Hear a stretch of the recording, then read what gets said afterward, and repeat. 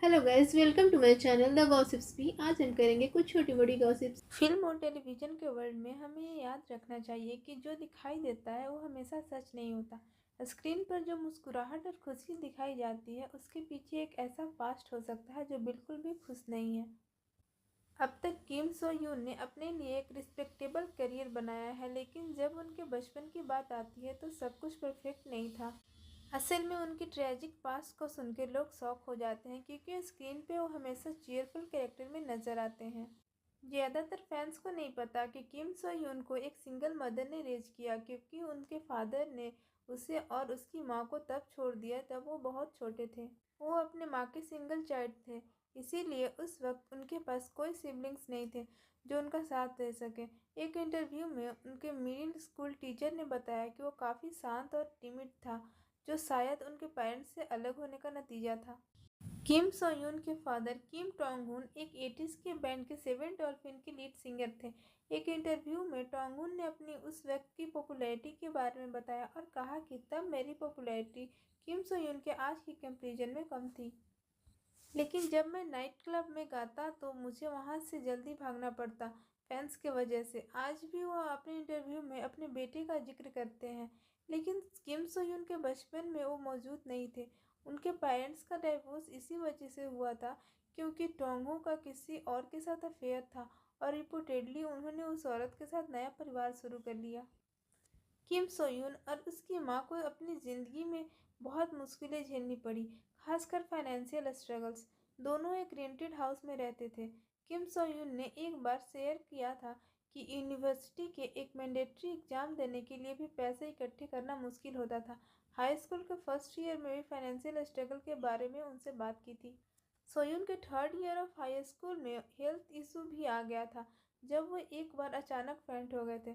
Checkup कराने के बाद पता चला कि उससे कॉन्जेनिटल हार्ट डिजीज है। अपनी पर्सनल स्ट्रगल के बावजूद उसका सबसे बड़ा सपना ये था कि वो अपनी माँ के लिए एक घर खरीद सके और उनके गरीबी के दर्द को ख़त्म कर सके।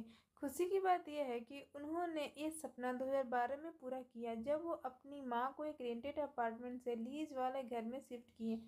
टीवीएनए शो टैक्सी के एक एपिसोड में उसने बताया, मेरी माँ बहुत खुश थी। आगे चलते हुए मैं अपने परिवार के लिए एक बड़ा घर खरीदना चाहता हूँ।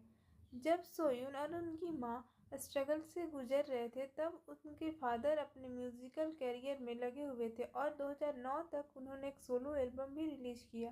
ब्रदर इज कमिंग एल्बम के रिलीज में एक अजीब बात यह थी कि उसके लिए कोई प्रमोशन नहीं की गई थी। जब मीडिया ने इसके बारे में तोंगयुन से बात करनी चाहिए तो उन्होंने इस टॉपिक पर कुछ कहने से मना कर दिया।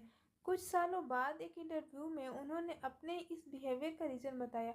टोंगयुन ने कहा, जब मैंने एल्बम रिलीज किया था उस वक्त किम सोयून अभी अभी स्टार बन रहा था। सोयून ने अपने करियर में भी कदम रखा ही था और वो अपने लिए एक नाम बनाने की कोशिश कर रहा।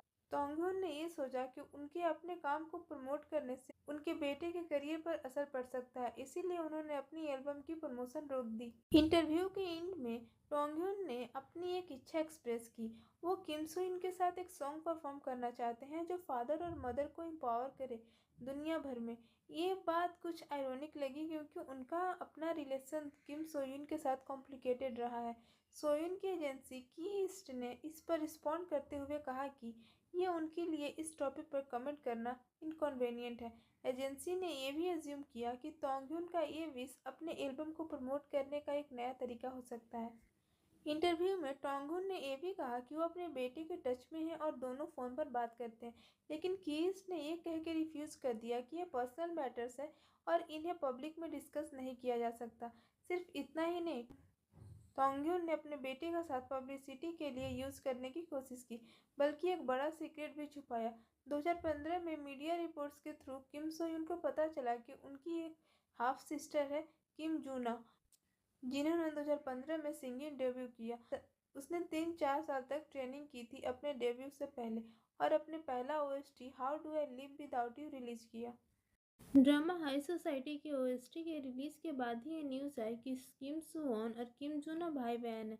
हाई सोसाइटी के एसोसिएट्स जो टीवी रिपोर्ट से बात कर रहे थे, उन्होंने कहा कि किम सो-यून ने अपनी कॉम्प्लेक्स फैमिली प्रॉब्लम की वजह से किम जूना का नाम पब्लिक में मेंशन नहीं किया। ये बात अजीब थी क्योंकि किम सो ह्यून ने कभी अपनी एक बहन होने का जिक्र नहीं किया था। बहुत से फैंस और लोग कोरियन मीडिया पर इस फैमिली इशू को स्पॉटलाइट में लाने पर नाराज थे। पब्लिक ने किम जूना को भी क्रिटिसाइज किया, यह कहकर कि शायद वो अपने भाई का नाम यूज कर रही हैं अपने ओएसटी को प्रमोट करने के लिए। लोग ये भी सोच रहे हैं कि क्या किम सो ह्यून ने इस सेंसिटिव इन्फॉर्मेशन को रिवील करने के लिए मीडिया को अलाउ किया या फिर बिना उनके कंसेंट के ही सब कुछ बताया गया। फैंस ने कहा, किम सो ह्यून तो डेब्यू से ही कह रही कि वो ओनली चाइल्ड है। एक और कमेंट था, अचानक से उनके फैमिली स्टेटस को रिवील करने की क्या जरूरत थी। सब कंफ्यूजन और कमेंशन के बाद किम सो ह्यून को अपनी एजेंसी की ईस्ट के थ्रू एक ऑफिशियल स्टेटमेंट रिलीज करना पड़ा। उन्होंने टीवी रिपोर्ट में 22 जुलाई 2015 में ये क्लेरिफिकेशन दिया कि हाँ, किम जूना किम सुवॉन की हाफ सिस्टर है, लेकिन वो कभी साथ में नहीं रहे। एजेंसी ने यह भी बताया कि किम सुयोन को ये पता भी नहीं था कि उसकी हाफ सिस्टर सिंगर बनने की एक्टिंग कर रही थी, फिर भी उन्होंने सपोर्ट किया। किम जूना ने भी प्रोड्यूस 101 के एक एपिसोड में अपने फीलिंग्स शेयर किए जो रिपोर्ट्स के बाद एराइज हुए। वो बोलते बोलते इमोशनल हो गई और कहा कि ये सब कुछ मिसअंडरस्टैंडिंग था। उसने कहा कि उससे सबसे ज़्यादा ये चीज़ दुख पहुंचा रही थी कि लोग उसके पेरेंट्स के बारे में बुरा बोल रहे थे।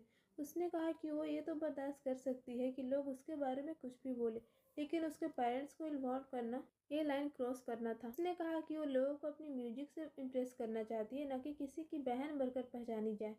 अपने स्टेटमेंट में उसने कहा, मैं ये दिखाना चाहती हूँ कि मैं बिना किसी की मदद के अपनी जगह बना सकती हूँ। जब किम जूना ने अपनी मन की बात कही, कई लोग इस बात से टच हुए, लेकिन किम सो ह्यून अब भी अपने फादर के फैसलों का असर महसूस कर रहे थे, जो उसने अपने मिलिट्री सर्विस के बाद दिए गए इंटरव्यू में भी एक्सप्रेस किया। सोयुन के मिलिट्री सर्विस के दौरान भी उनके पास्ट के कुछ दुख भरे याद उनका पीछा नहीं छोड़ रही थी। क्योंकि उनका पहले हार्ट सर्जरी हुआ था, उनका एक एग्जामिनेशन हुआ ये चेक करने के लिए क्या वो मिलिट्री सर्विस के लिए फिट हैं।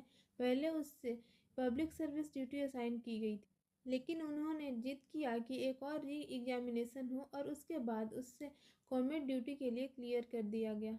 अक्टूबर 2017 में उसने ऑफिशियल तौर पर इनलिस्ट किया और लगभग 2 साल बाद वापस आए। वापस आते वक्त काफ़ी रिपोर्टर्स और 300 फैंस ने उनका स्वागत किया, जो कि उनके लिए एक हार्ट वार्मिंग मोमेंट था, क्योंकि उनके मिलिट्री के टाइम में उन्होंने किसी भी विजिटर को अलाउ नहीं किया था। डिस्चार्ज होने के बाद दिए गए इंटरव्यू में उन्होंने पब्लिक को बताया कि अपने मिलिट्री एक्टिविटीज़ पर फोकस करने के लिए उन्होंने ये डिसीजन लिया था कि वो किसी भी विजिटर को एक्सेप्ट नहीं करेंगे। उन्होंने ये बात दूसरे सोल्जर से भी छुपाई रखी थी ताकि वो उनमें से अलग ना लगे या एक्स्ट्रा अटेंशन ना मिले। किम सो ह्यून अपनी फैमिली मेम्बर से दूर ही रहते हैं, बस अपनी माँ के अलावा। अपने ट्रेजिक पास्ट के बावजूद उन्होंने अपने लिए एक अच्छा नाम बना लिया। ना सिर्फ उनके फैंस बल्कि उनके सीनियर भी उन्हें एक जेन्युइन इंसान समझते हैं। उनके को-स्टार जोंग ने बताया कि उन्होंने मून दैट एम्ब्रेसेस द सन की शूटिंग के दौरान कितना अच्छा वक्त गुजारा। जब वो पहली बार मिले तो किम सो ह्यून ने उससे हग किया और उनका सेट पर बहुत मजा आया। फिल्म खत्म होने के बाद भी उन्होंने कॉन्टेक्ट बनाए रखा। चाहे उनके आसपास बहुत फैमिली मेम्बर नहीं है, लेकिन ऐसा लगता है कि पूरी इंडस्ट्री उनसे प्यार करती है। उनके हार्डवर्क का रिजल्ट भी सामने है, क्योंकि आज वो साउथ कोरिया के हाईएस्ट पेड एक्टर में से एक हैं। आगे चल के उनके लिए और भी अच्छे दिन इंतजार कर रहे हैं। Thanks for watching my video and for more such video subscribe my channel the gossips भी। Thank you.